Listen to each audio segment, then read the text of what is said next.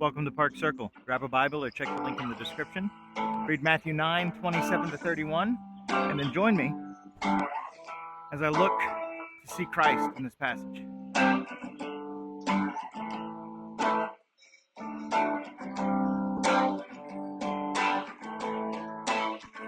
We continue to follow Matthew's trend in this chapter.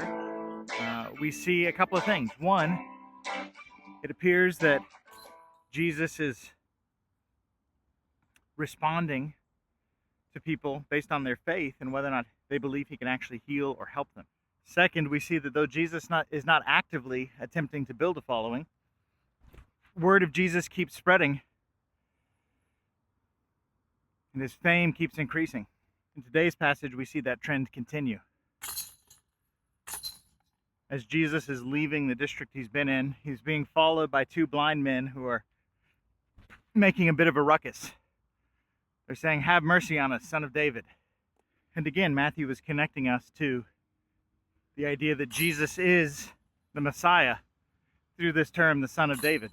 There also seems to be a bit of tension in this passage. The blind men are crying aloud, probably causing a bit of a disturbance. And in one sense, we can understand that. Without the ability to see, they don't know if anyone's paying attention. But at the same time, Jesus waits until they are in the house to deal with them. This paragraph makes it very clear that Jesus is trying very hard not to make this into a public spectacle.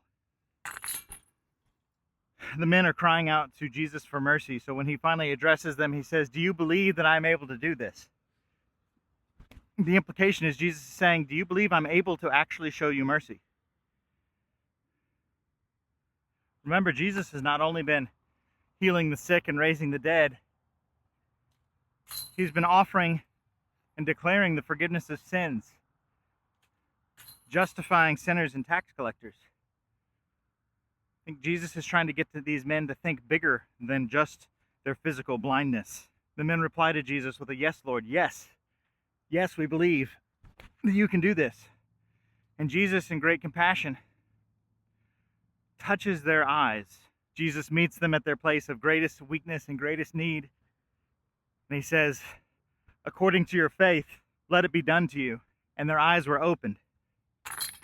And though Matthew doesn't give the answer, I think he's inviting us to ask the question, did they recognize that the forgiveness of sins was on the table? That they could have their spiritual eyes opened and not just their physical eyes? Though we don't get an answer to that question, we do see that Jesus tells them to tell no one about it. And they ignore that instruction, and Jesus' fame continues to grow and spread because of his healing of these blind men, causing them to see.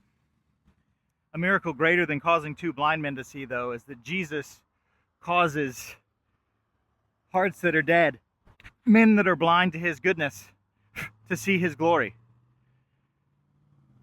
to understand that he makes all people new, that in faith we can have the forgiveness of sins and be made right with God. That is the greater miracle. And though Jesus often meets us in the place of our greatest need, he also invites us to ask for so much more than just relief from our temporary discomfort. He invites us to trust him for the forgiveness of sins and beg him for spiritual sight.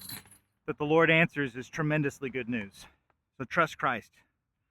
Ask of him in faith to remove the blinders from your heart to see him rightly. Rejoice in him and in his forgiveness of sins. Meditate on his word, and I hope you'll join me next time.